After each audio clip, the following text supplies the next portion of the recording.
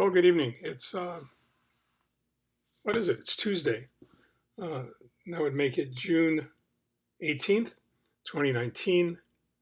Journal number 83, T+77. Uh, yeah, it's interesting. I was going to talk about something entirely different, but um, went online earlier to get my emails and to take care of that, and found found a discussion on an automotive chat room that I still belong to and still monitor, kind of like a voyeur. Um,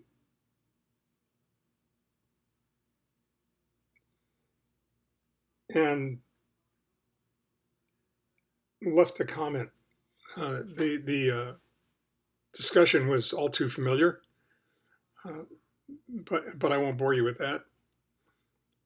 But my advice to the person who posted asking for guidance from the other members of the site was such that I shared three um, basic rules uh, that I tried to live by in the shop. And I think that they are relevant. They've been relevant um, throughout my illness and recovery. And I'll share with you why. Um, the first one is make money. You know, if you can't make money, you can't stay in business. Doesn't matter how good you are at what you do. If you're not there to take care of problems, then you're not being fair to your clients. So it's not responsible. The first thing they tell you when you get on the airplane and they read the instructions is put your mask on first. So you have a responsibility to you and to yourself and to all those who work for you, uh, who've aligned their goals and objectives, their vision of the future with yours, um, to ensure that you're financially stable, viable. So make money. And realistically, that's not as easy as it used to be. Certainly not for regular folks, for small business owners, entrepreneurs, not for blue collar people. Um, there's a tremendous disparity in wealth that's occurring in this country that's becoming increasingly more and more dangerous, in my opinion. My IMHO, in my humble opinion. Um, But if you're intent on ensuring that all the people who have aligned their futures with yours should make a living wage, then that's certainly going to impact your profit model. And it did mine while I was in business, and it's also true to a large degree for individuals um, as well. The second rule that I had was have fun, or at least try to have fun. Um, God only knows that there were plenty of mornings and evenings and afternoons where being at the shop may have seemed like anything but fun. But really, it's just another way of saying um, stay the hell away from people that are negative.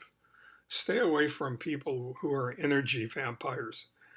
Stay away from people who have really strange, um, maybe odd ideas about what's funny and what isn't. Um, and you got to ask yourself if you recognize what an energy vampire is, because they'll suck the life right out of you. Um, you've got to ask yourself how many have you allowed into your life, and my guess is that if you've allowed any into your life at this point, you're probably allowed too many into your life. So really, think about Think about that. Think about where you spend your time, who you spend your time with, um, whoever's making unreasonable demands on that time. Um, I know when I was diagnosed, there was this brilliant flash of clarity that occurred when I realized that I had too many people like that in my life, and I was allowing them much too much um, freedom to impact my life and my future in a negative way. And when I realized that I was ill, and I realized what I had to do to stay well enough so that I could qualify for the transplant if it ever came available, I recognized that I had to get them out of my life as quickly as I could, and not to spend time with them. And the third rule that I had at the shop was don't do business with anyone you don't like. Um, Now, I wish all three of these rules were my own, but they were shared with me um, by someone I was fortunate enough to have as a mentor, two individuals who worked together. One of them owned the company, the other one was the president of the company, um, who gave me these basic rules. Don't do business with anybody you don't like.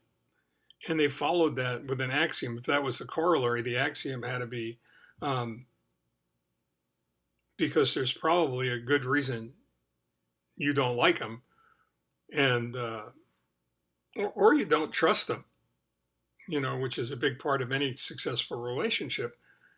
And there's probably a good reason you feel that way, and you don't need empirical evidence um, to validate that. You don't need them to wreck your life in order to prove that your decision is wise, is reasonable. And all three of these things have had an impact on me throughout my illness, even before that in business, certainly, but throughout my illness and my recovery. And they can easily be modified or adjusted to be relevant for individuals as well. So, it's funny. It's to make money, but making money is not as easy as it used to be. As I said before, in the earlier we were talking, but Leslie and I were talking, and she said something that was just profound, and that is that we pay for a storage shed where I have all of the records you're forced to keep for the government for a fixed period of time, as well as some other stuff, shop stuff, stuff that we don't have in our own, go watch the George Carlin routine on stuff and you'll understand. But we pay as much for that today per month as we paid for a 2-bedroom apartment in Los Angeles when we first got married. And that was 2 bedrooms, bathroom, living room, full kitchen, all of the above.